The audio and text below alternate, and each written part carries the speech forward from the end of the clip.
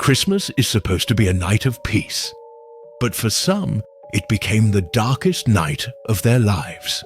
These are true horror stories that happened on Christmas Day. Real events that turned joy into terror. Listen carefully, because some of these stories end without answers. Welcome, Horror Diaries. Tonight we're stepping into the coldest, darkest side of the holiday season. The stories you're about to hear are all real, and they all happened on Christmas Day. Before we begin, like and subscribe. Drop in the comment box where you are watching from and what time it is. Now lock your doors, turn down the lights, and let's begin. The Sodder Children, the Christmas fire that took 5 lives. Christmas Eve of 1945 was supposed to be a night of celebration for the Sodder family in Fayetteville, West Virginia. George and Jenny Sodder had 9 children, and like many families that night, their home was filled with excitement, warmth, and the promise of Christmas morning. But before dawn, 5 of those children would vanish forever. Just after midnight on December 25th, Jenny Sodder was awakened by the sound of something hitting the roof. She later described it as a loud thud, followed by rolling noises. She assumed it was something harmless and went back to sleep. Less than an hour later, she woke again, this time to smoke. The Sodder house was on fire. Jenny screamed for her children. George rushed to help, but panic set in immediately. The staircase leading to the second floor was engulfed in flames. 5 of their children, Maurice, Martha, Louis, Jenny, and Betty, were trapped upstairs. George tried everything. He ran outside to retrieve a ladder kept against the house. It was gone. He attempted to use his truck to climb up and rescue them, but the truck, which had worked perfectly the day before, refused to start. Neighbors tried calling the fire department, but the phone lines were dead. By the time firefighters arrived, nearly 7 hours later, the house had been reduced to ashes. The 5 children were presumed dead, but then came the first impossible detail. No remains were found. Firefighters searched the ashes thoroughly. They found household items, appliances, even metal fragments, but not a single bone belonging to the 5 children. Not skull fragments, not teeth, nothing. Experts told the Sodders that the fire had burned hot enough to completely cremate the bodies. But George didn't believe them. He had worked in crematoriums before. He knew that even the hottest fires leave bone fragments behind. Still grieving, the Sodders began to notice disturbing inconsistencies. A telephone repairman later claimed he saw someone cutting the Sodders' phone line on Christmas Eve. A witness reported seeing a man throwing a strange object onto the Sodder roof shortly before the fire. Another neighbor claimed to see the Sodder children alive after the fire, being loaded into a car by strangers. Then came the sightings. Years after the fire, the Sodders received reports of their missing children being seen in other states. A waitress in South Carolina said she served them breakfast the morning after the fire. A woman in Texas claimed she recognized one of the girls years later. But the most chilling moment came in 1967. The Sodders received a letter from Kentucky. Inside was a photograph of a young man in his 20s. On the back was a handwritten message, "Louis Sodder, I love brother Frankie." Louis was one of the children believed to have died in the fire. The Sodders hired a private investigator. He tracked the man in the photograph to a location in Kentucky. But after that, the trail went cold. The investigator vanished, and no further updates were ever received.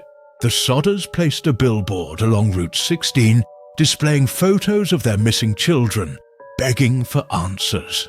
It stood for decades. Authorities never reopened the case. Officially, the children died in the fire, but the Sodders never accepted that conclusion. They believed the fire was set intentionally, that the children were abducted, possibly due to George's outspoken criticism of Mussolini and fascism during World War II.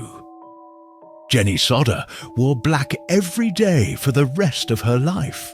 She died in 1989 without knowing what happened to her children. To this day, no physical evidence proves the Sodder children died in the fire. No bodies, no bones, no explanation. Just a Christmas Eve blaze that left behind one of America's most haunting unsolved mysteries. Before we continue, do you believe the Sodder children died in the fire, or were they taken? Let me know in the comments. And if you're still watching, make sure to like and subscribe. The next story gets even darker. The Lawson Family Christmas Massacre. Christmas morning in Germantown, North Carolina, began like any other holiday in 1929. Snow dusted the fields lightly. Church bells rang in the distance, and families gathered to celebrate with food, hymns, and prayer. But inside the Lawson household, something was very wrong. Charlie Lawson was a respected farmer, a husband, and the father of 7 children. Neighbors described him as quiet, hard-working, and deeply religious. In the days leading up to Christmas, however, people noticed changes in him. He was distant, withdrawn, silent for long stretches of time. On Christmas Eve, Charlie took his family into town and bought new clothes for everyone, an unusual expense for a farmer during the Great Depression. They posed for a family photograph, smiling stiffly in their brand new outfits. That photograph would later become one of the most haunting family portraits in American history. On Christmas Day, after breakfast, Charlie Lawson picked up his shotgun. One by one, he murdered his entire family. His wife Fanny was the first to die. She was shot near the front porch. Charlie then ambushed his children as they left the house. Marie, Carrie, Maybelle, James, Raymond, and baby Mary Lou. Each was killed with calculated precision. The youngest, Mary Lou, was beaten to death. After slaughtering his family, Charlie walked into the nearby woods and turned the gun on himself. When neighbors arrived, they were met with a scene so horrific that some reportedly became physically ill. Bodies lay scattered around the property. Blood stained the snow. The Christmas silence was broken by screams of disbelief. There was no note, no explanation, no warning. The entire community was left asking the same question. Why? Investigators found no evidence of robbery, no signs of outside involvement, and no history of domestic violence. Charlie Lawson had never been reported as abusive. Friends said he loved his children deeply. Rumors began immediately. Some believed Charlie suffered a sudden mental break. Others claimed he was possessed. But as years passed, darker theories emerged. Decades later, a disturbing possibility surfaced, one that would forever stain the case. It involved Charlie's eldest daughter, Marie. Family members later admitted that Charlie had been unusually controlling of Marie. Some believed she may have been pregnant. Others suspected long-term abuse that was hidden behind the family's strict religious image. No proof was ever found. But the timing of the massacre, right after the family photo, right after the new clothes, made people wonder if Charlie was trying to preserve a perfect image before destroying it. Then came the hauntings. The Lawson family farm became a place locals avoided. People reported hearing children crying in the woods at night. Others claimed to see figures standing near the old house site, silent, unmoving, watching. Drivers passing the area on Christmas night said their cars would stall for no reason. Radios cut out.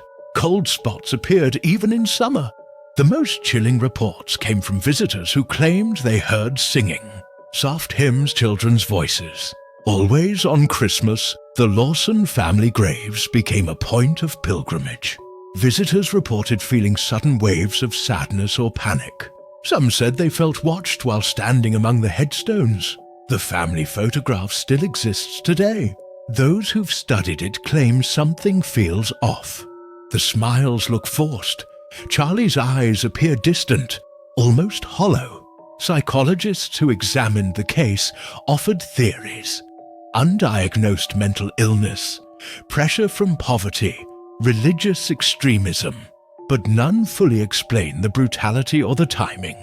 Christmas Day, a day meant for peace, a day meant for family. Instead, it became one of the most horrifying mass murders in American history. No motive was ever officially confirmed, and the question still lingers nearly a century later. What snapped inside Charlie Lawson on Christmas morning? This next question matters. Do you believe the Lawson massacre was the result of mental illness? Or was there a secret the family took to the grave? Comment below, and if you're still watching, stay with me. The next Christmas story is even more disturbing. JonBenét Ramsey, The Christmas Night That Never Ended. Christmas night of 1996 should have ended quietly for the Ramsey family. The presents had been opened, the house was filled with leftover wrapping paper, and 6-year-old JonBenét Ramsey had fallen asleep after a long day of celebration. But by the next morning, America would wake up to one of the most disturbing and controversial unsolved cases in modern history. At around 5:52 a.m. on December 26th, Patsy Ramsey called 911 in a panic. She claimed she had found a ransom note on the staircase of their Boulder, Colorado home. The note was 3 pages long. That alone was strange. It demanded exactly $118,000, an amount matching John Ramsey's recent bonus. The writer claimed to be part of a foreign faction and warned the family not to contact police. If they did, JonBenét would be beheaded. Despite the warning, police were called immediately. Officers arrived and searched the home, but not thoroughly. They assumed it was a kidnapping. Friends were invited over. People walked freely through the house, unknowingly contaminating the scene. Hours passed. No phone call came. Around 1 p.m., an officer asked John Ramsey to search the house from top to bottom, just in case. John went to the basement. Minutes later, he screamed. JonBenét's body was found in a small windowless storage room. She was lying on the floor, wrapped in a blanket. A cord was tied around her neck, attached to a broken paintbrush handle. She had suffered a severe skull fracture. She was already dead when the ransom note was written. The house instantly became a crime scene. But by then, crucial evidence was destroyed. The ransom note became one of the strangest aspects of the case. Handwriting experts could not conclusively rule Patsy Ramsey out as the author. The note referenced action movies, used odd phrasing, and was written using a pen and paper from inside the house. Why would a kidnapper sit inside a home and calmly write a 3-page note? There were no signs of forced entry. The basement window was broken, but dust and cobwebs appeared undisturbed. Theories exploded. Some believed an intruder broke in during the night. Others suspected someone inside the home. The media quickly turned the case into a public spectacle, painting JonBenét's parents as either grieving victims or calculating killers. Autopsy results only deepened the horror. JonBenét had been sexually assaulted shortly before her death. The nature of the injuries suggested prior abuse, though experts disagreed on that conclusion. The brutality shocked the nation. How could something so horrific happen on Christmas night inside a wealthy family's home, without anyone hearing a thing? Suspicion fell heavily on the Ramseys. Their calm demeanor during interviews disturbed viewers. Patsy's theatrical emotions, John's controlled responses. Every word was analyzed, but no arrests were made. Years later, DNA testing complicated everything. Unidentified male DNA was found on JonBenét's clothing. It did not match any family member. This supported the intruder theory, but critics argued the DNA could have come from manufacturing contamination. The Boulder Police Department admitted mistakes. The crime scene was mishandled. Evidence was lost. Leads were ignored. In 2008, the district attorney officially cleared the Ramsey family based on DNA evidence. But public opinion remained divided. Then came the chilling details that never sat right. Why was JonBenét's body hidden in the basement if the goal was ransom? Why was the note so long, dramatic and oddly personal? Why did the killer take time to fashion a garrote from household items? Why did no neighbors hear screams? And perhaps the most disturbing question of all, how could a child be tortured and killed while her family slept just feet away? Every Christmas, the case resurfaces. JonBenét's face appears on television screens. Her beauty pageant photos, sparkling costumes, heavy makeup are replayed endlessly. Some argue they sexualized her. Others say that criticism distracts from the real crime. The truth remains buried. No one has ever been charged. No one has ever confessed. And the person who killed JonBenét Ramsey has never been identified. Christmas night ended, but the mystery never did. For JonBenét, Christmas was the last night she ever lived. And for the world, it became a reminder that sometimes the most terrifying monsters don't come from the dark. They're already inside the house. Before we continue, who do you believe was responsible? An intruder or someone inside the home? Comment below. And if you're still watching, don't forget to like and subscribe. The next Christmas story involves a man dressed as Santa, and it ends in blood.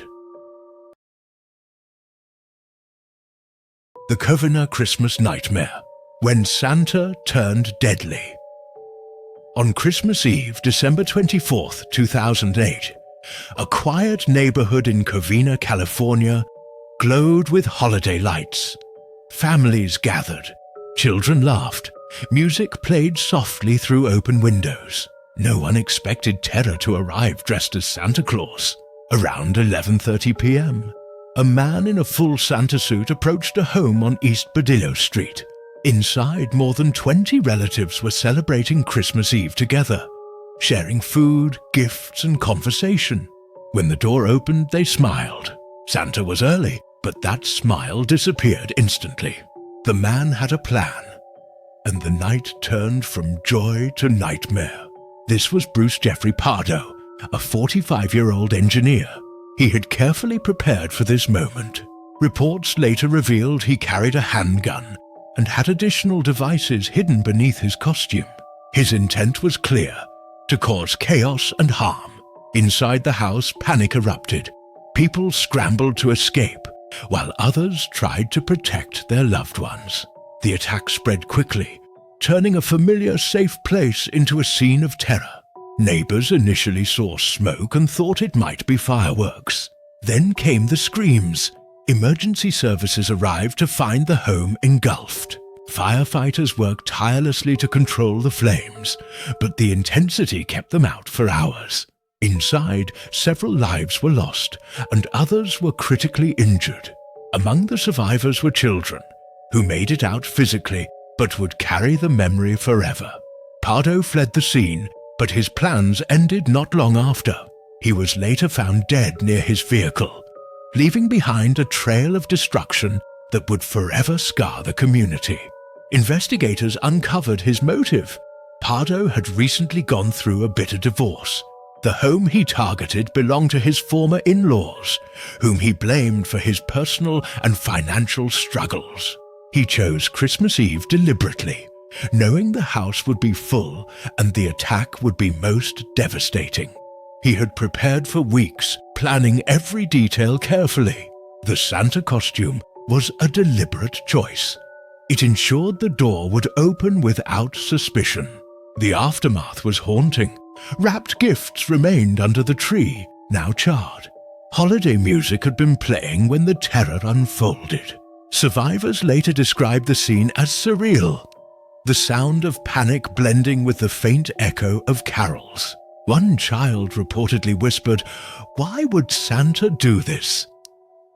The Covina tragedy shocked the nation, not only for its horror, but for the symbolism. Santa Claus, a universal symbol of joy and safety, had been used as a disguise for devastation. Psychologists later described Pardo's actions as driven by rage, loss, and despair, noting that he had no plan to survive, only to destroy. Each Christmas since, the neighborhood remembers differently. Many houses leave their lights off. Some families moved away. Those who remain describe Christmas Eve as quiet, heavy, almost unnatural. The house was eventually demolished, but the memory lives on. Survivors carry the story, a chilling reminder that sometimes the most terrifying monsters are human, and they can appear on the most joyful of nights. Take a moment, imagine opening your door on Christmas Eve and realizing Santa isn't who you think he is. If this story shocked you, leave a like and tell me in the comments, which Christmas story so far disturbed you the most? The Christmas Eve Disappearance of Stephen Clark. Christmas Eve in 1992 was bitterly cold in Saltburn-by-the-Sea, a quiet coastal town in North Yorkshire, England. The North Sea winds cut through streets lit with festive decorations, and most families had already settled indoors for the night. But for one family, Christmas would never come. Stephen Clark was 23 years old. He lived with his parents, Doris and Charles Clark, and had learning difficulties that made him vulnerable and dependent. Despite this, Stephen was known locally as gentle, friendly, and predictable in his routines. On the afternoon of December 24th, Stephen left home wearing a thin jacket and carrying no money. He told his parents he was going out for a short walk, something he often did. He never came back. At first, his parents weren't alarmed. Stephen sometimes wandered, but always returned within a few hours. As darkness fell and the temperature dropped, concern turned into fear. By nightfall, the Clarks contacted the police. What followed was one of the largest missing person searches the region had ever seen. Police searched cliffs, beaches, fields, and abandoned buildings. Volunteers combed the coastline. Helicopters scanned the sea. Dogs tracked Stephen's scent, only to lose it suddenly near the shore. No coat, no footprints, no belongings, no witnesses. It was as if Stephen had vanished into thin air. The case took a disturbing turn almost immediately. Stephen's parents became the focus of suspicion. Police questioned Doris and Charles relentlessly. They were accused, informally at first, of hiding something. Investigators suggested Stephen may have been harmed at home and disposed of elsewhere. The accusations devastated the family. For years, Doris Clark maintained her innocence, insisting Stephen left the house alive and alone. She described watching him walk away down the street, disappearing around the corner. Despite zero physical evidence, police never fully let go of their suspicions. The town, once supportive, grew divided. Rumors spread. Whispers followed the Clarks in public. Christmas became a painful reminder of unanswered questions. Then, decades later, the case exploded back into public attention. In 2020, nearly 28 years after Stephen disappeared, police arrested Doris and Charles Clark on suspicion of murder. The news shocked Britain. Their home was searched again. Gardens were dug up, floors were lifted. Forensic teams scoured the property. Nothing was found. No blood, no remains, no trace of Stephen. Still, Doris was charged with Stephen's murder. The trial began in 2021. Prosecutors argued Stephen never left the house. They claimed inconsistencies in Doris's statements and suggested she couldn't remember events clearly due to age. But the defense pointed out something chillingly simple. There was no body, no crime scene, no cause of death, no evidence that Stephen had been harmed at all. Witnesses testified that Stephen had been seen alive in town that day. experts confirmed that coastal conditions could have erased physical traces if he'd wandered near the cliffs. After weeks of testimony, the judge stopped the trial. The case was dismissed. Doris Clark was cleared. The judge stated there was no case to answer. Doris wept in court, not in relief, but in grief. Her son was still missing. Stephen Clark has never been found. Some believe he accidentally fell into the sea. Others think he wandered away and died of exposure. A few insist foul play occurred. But by whom? No one knows. What makes the case especially haunting is the timing. Christmas Eve, a night of warmth, safety, and family. Instead, it became a cold void that swallowed a young man without explanation. To this day, the Clark family keeps Stephen's memory alive. His room was preserved for years. His photograph appears in missing person appeals every Christmas. Saltburn locals still talk about him. Some claim to have seen a man resembling Stephen walking along the shoreline late at night, alone, confused, vanishing into sea mist. Others say the case is a reminder that sometimes the greatest horror isn't violence, it's absence. No answers, no goodbye. Just a Christmas Eve walk that never ended. Pause for a moment. Do you believe Stephen Clark's disappearance was a tragic accident? Or something darker? Comment below, and if you're still watching, stay with me. The final Christmas story is one of the strangest disappearances ever recorded. The Hinterkaifeck Christmas Silence. In the winter of 1921, the Gruber family farm of Hinterkaifeck sat isolated in the Bavarian countryside of Germany. Snow blanketed the fields. The nearest neighbors lived more than half a mile away. At night, the farm was swallowed by silence. But something was already wrong before anyone died.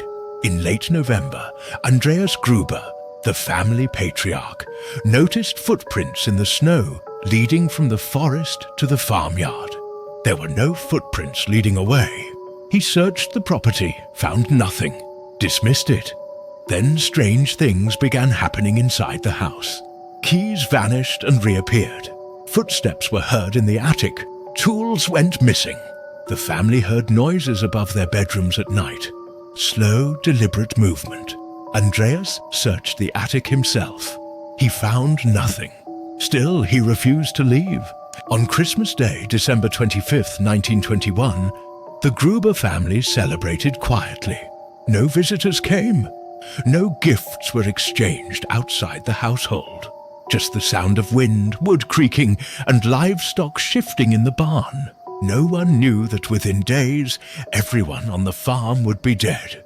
Sometime between December 31st, 1921 and January 1st, 1922, the murders occurred.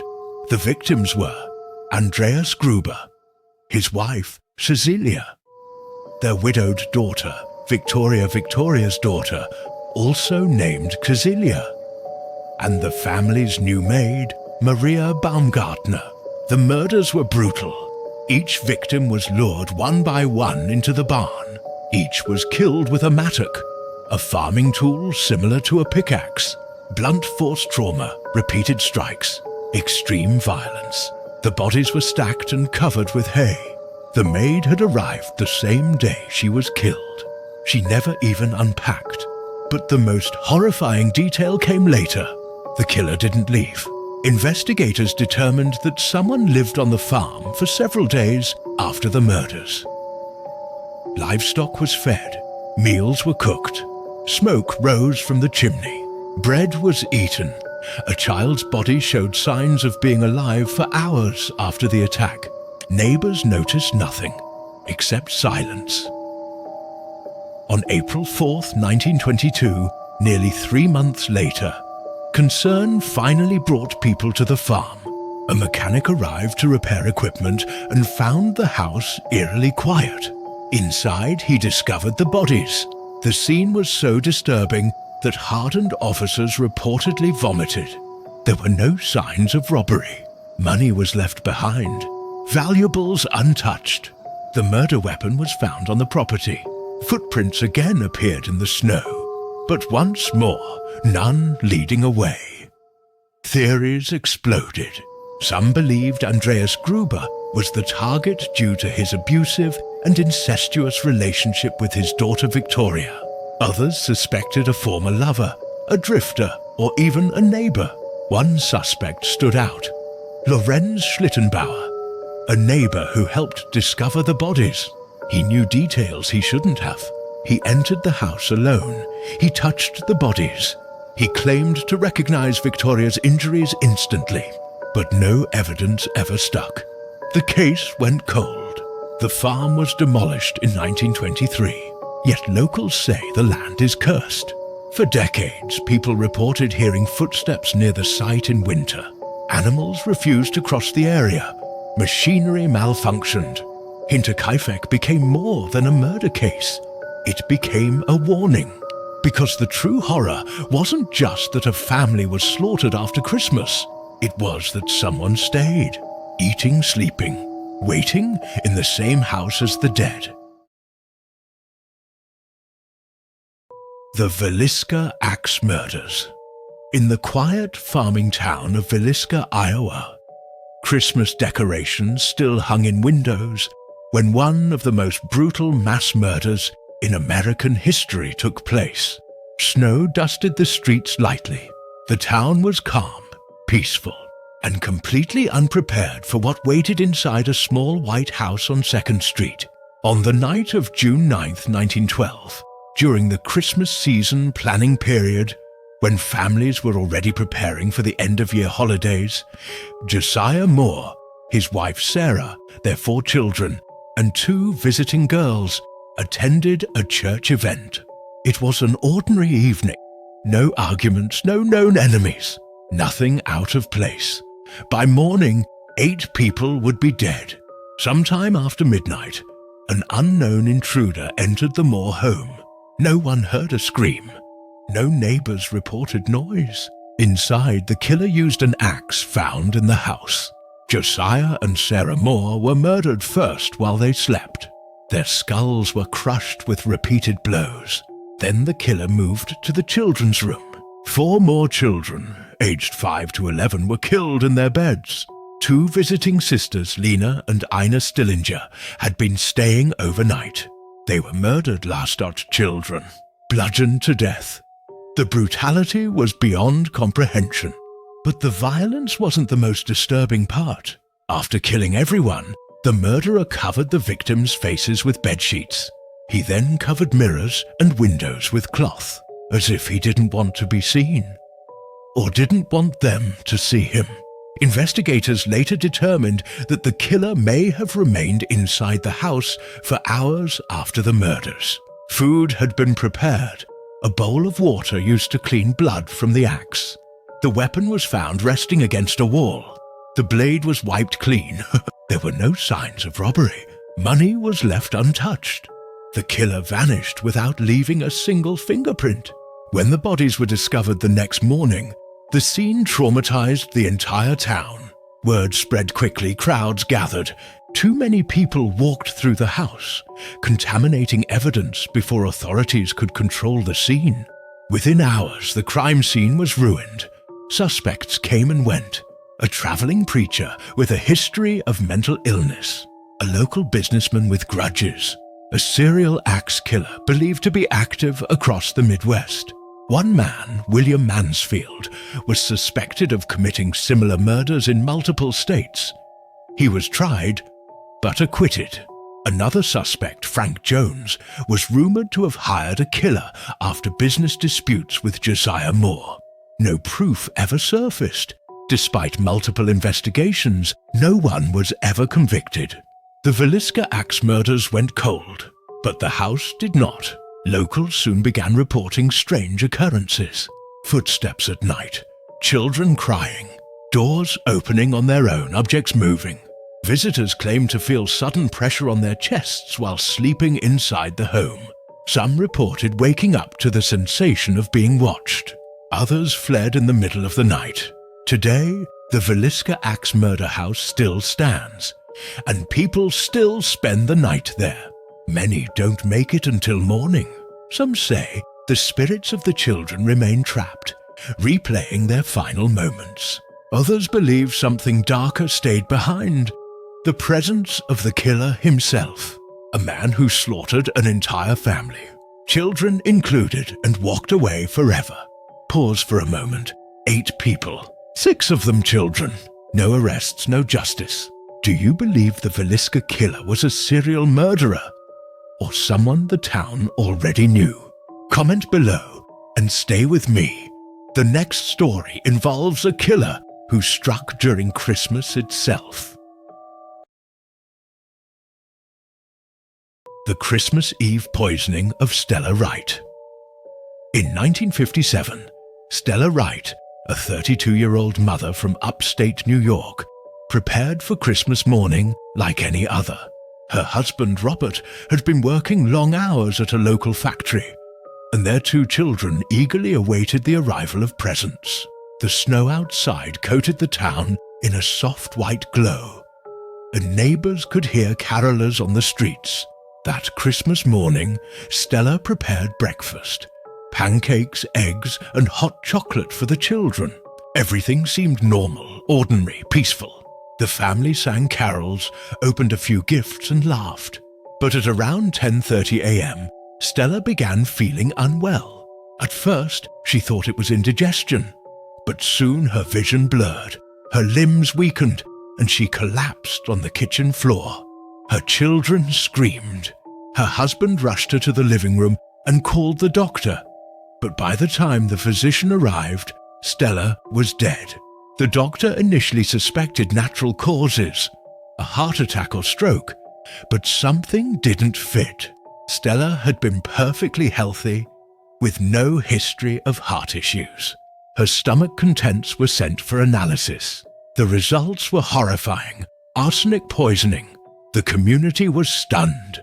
Christmas, a day meant for joy, had been turned into tragedy. Investigators quickly combed the Wright home.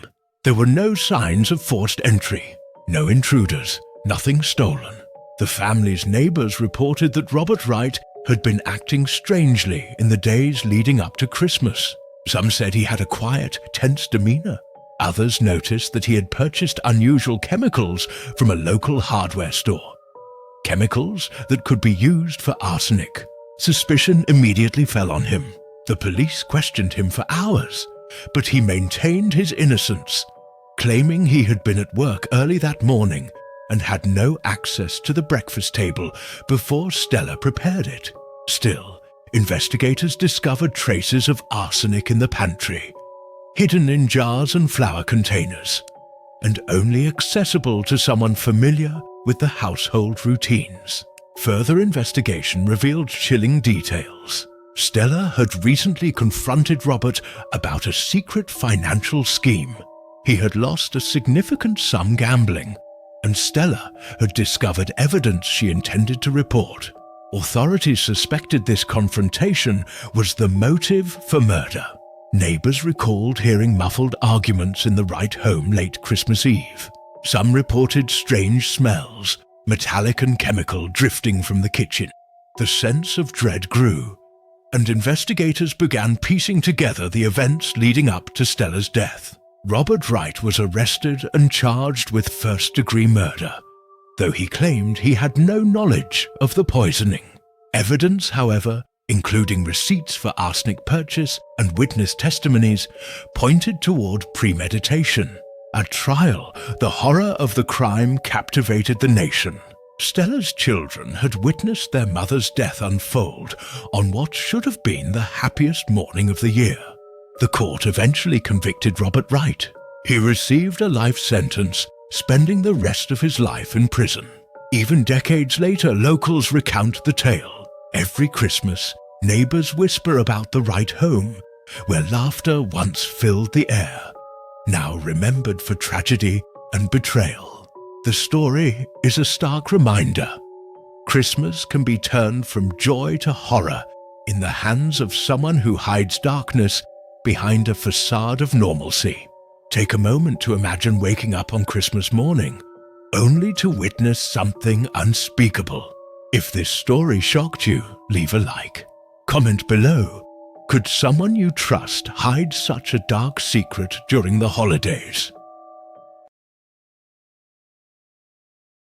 The Christmas night fire of the McElroy family. Christmas night in 1974 was quiet in a small town outside Pittsburgh, Pennsylvania.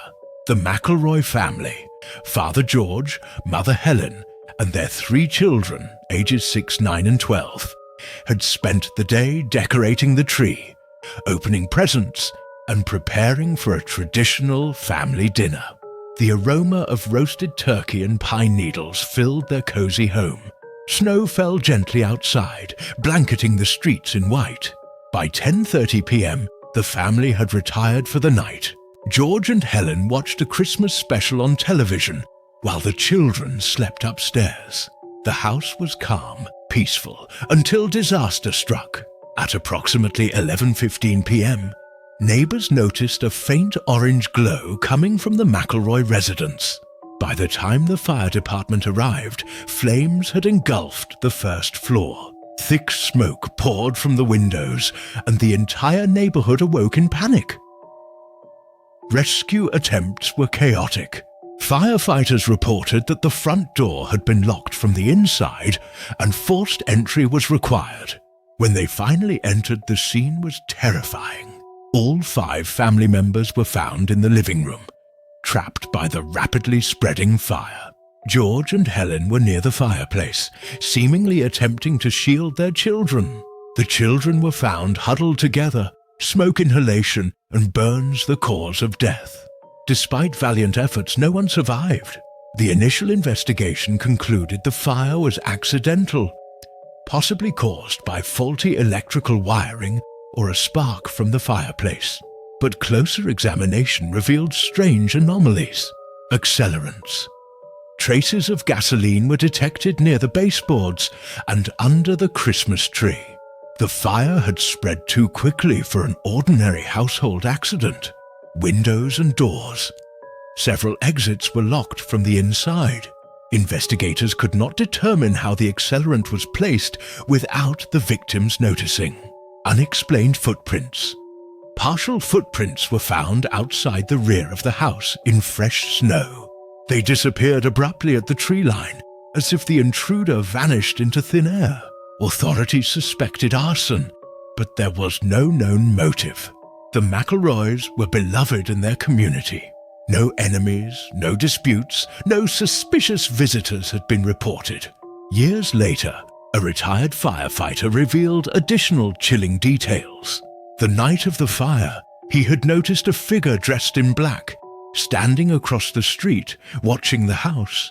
He assumed it was a neighbor, but the figure vanished before he could investigate. Some theorists suggest the tragedy was a ritualistic act. The presence of accelerants near the Christmas tree and deliberate locking of exits points to premeditation. Others believe it was an unknown serial arsonist targeting families during the holidays. Despite exhaustive investigation, no suspect was ever arrested. The McElroy case remains one of Pennsylvania's most haunting, unsolved crimes, particularly because it occurred during Christmas, a time universally associated with safety, warmth, and family. Local legends grew. Residents claim that on snowy Christmas nights, flickering lights and the faint smell of smoke can be noticed near the abandoned McElroy home. Some say the shadows of the family can be seen huddled together, forever reliving their last moments. The McElroy fire serves as a grim reminder. Even on a night of celebration, tragedy can strike without warning. In this case, Christmas became not a time of joy, but a night of fear, loss, and unanswered questions. Pause and imagine spending Christmas with your family, only for the night to turn deadly. Would you feel safe again in your home? Comment below. Do you think this fire was arson or something even stranger? The Shadow in the Mistletoe. USA, Christmas night, 1985. It was Christmas night in a small Colorado town. Snow blanketed the streets, and every house glowed with warm, festive lights. Inside one of these homes, the Harper family was finishing their annual Christmas dinner. The scent of roasted turkey and pine filled the air. The children laughed, and a fire crackled softly in the living room fireplace. Everything seemed perfect. After dinner, little Emily, age 7, skipped to the doorway to hang her candy cane on the mistletoe, a tradition her family had followed for years. She giggled and waved to her older brother, calling him over to stand beneath it. That's when Emily froze. "Mom, Dad, there's someone under the mistletoe," she whispered, her voice trembling. Her parents glanced at the doorway, smiling, thinking it was a shadow from the Christmas lights. But then they noticed it too. A dark figure, tall and thin, standing motionless just beneath the greenery. Its eyes glowed faintly, a pale yellowish light that made the mistletoe look like a halo. "Emily, it's okay. There's no one there," her mother said softly, trying to calm her daughter. But Emily shook her head. "It's real. It's watching me." Her father stepped closer. The air grew colder with every step. The glow in the figure's eyes intensified, and for a moment, the parents could feel a presence pressing into their minds. An unnatural attention focused entirely on Emily. Suddenly, the figure whispered, "Emily!" The room's warmth vanished instantly. The fire dimmed as if afraid. The walls seemed to shrink, shadows crawling along the baseboards. Emily's parents froze. The figure moved closer, slow, deliberate, hovering just out of reach. The mother grabbed Emily and pulled her away, stumbling back toward the living room. The shadow lingered in the doorway, and a cold, rasping voice echoed. "You belong to the mistletoe now." Panic set in. The father reached for the phone, but the line was dead. Every light in the house flickered. The children screamed. By the time the parents turned around, the shadow had vanished. The mistletoe swayed gently, as if nothing had happened. They searched every room, the closets, and even the attic. But there was no sign of the figure. No footprints, no residue, nothing. If a shadow watched your child on Christmas night, would you stay or flee? Imagine hearing whispers from the darkness calling their name. What would you do? As dawn approached, the snow outside revealed a trail of footprints. Small, child-sized, leading from the front door into the woods behind their house. But the tracks stopped abruptly halfway through the forest. No one saw Emily leave. No one saw her come back. The family called the police. Search parties combed the woods for days, but Emily was never found. Authorities noted the footprints ended mysteriously, as if the girl had vanished into thin air. Neighbors reported nothing unusual. No sounds, no lights. But everyone in town recalled that same night. Every fireplace seemed colder, and lights flickered in unison across several homes. Weeks later, a paranormal investigator visited the house. He examined the doorway, the mistletoe, and the living room. He found traces of faint heat patterns, almost like a body had passed through the air itself. But no physical evidence remained. The investigator whispered a chilling observation. "Whatever it wasn't human, and it doesn't take kindly to children." Years passed. The Harper family moved away, but locals still report that every Christmas Eve, strange shadows appear under doorways and wreaths. Flickering lights dance across living rooms, and children hear whispers calling their names. Those who investigate swear they feel cold air pressing against their skin, as if an unseen presence is watching from the mistletoe. The house still stands, abandoned for decades. Passers-by sometimes glimpse a small figure peering from the windows on Christmas night. Some say it's Emily, trapped, eternally searching for someone to save her. Others claim it's the shadow itself, waiting for the next child to claim. Emily's disappearance remains unsolved. The case baffled local authorities and left the town with an unshakable fear. What if some holiday traditions aren't meant to be joyful? What if the very things we associate with cheer and innocence can hide something far darker? Some families have reported setting up mistletoe at their doorways, only to remove it immediately after Christmas. Lights and cameras never catch the shadow, but everyone who lives nearby knows it's there, watching, waiting. And every Christmas night, when the house is quiet and snow muffles the world, you can hear a whisper echoing through the halls. If you've made it this far, take a moment to reflect. How many of these Christmas stories involved disappearance, silence, and missing truth?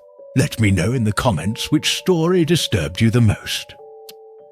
If you enjoy true horror and real unsolved mysteries, subscribe to the channel and turn on notifications.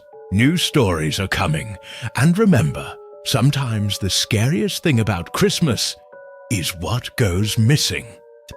Thanks for watching. Merry Christmas and Happy New Year in advance to you.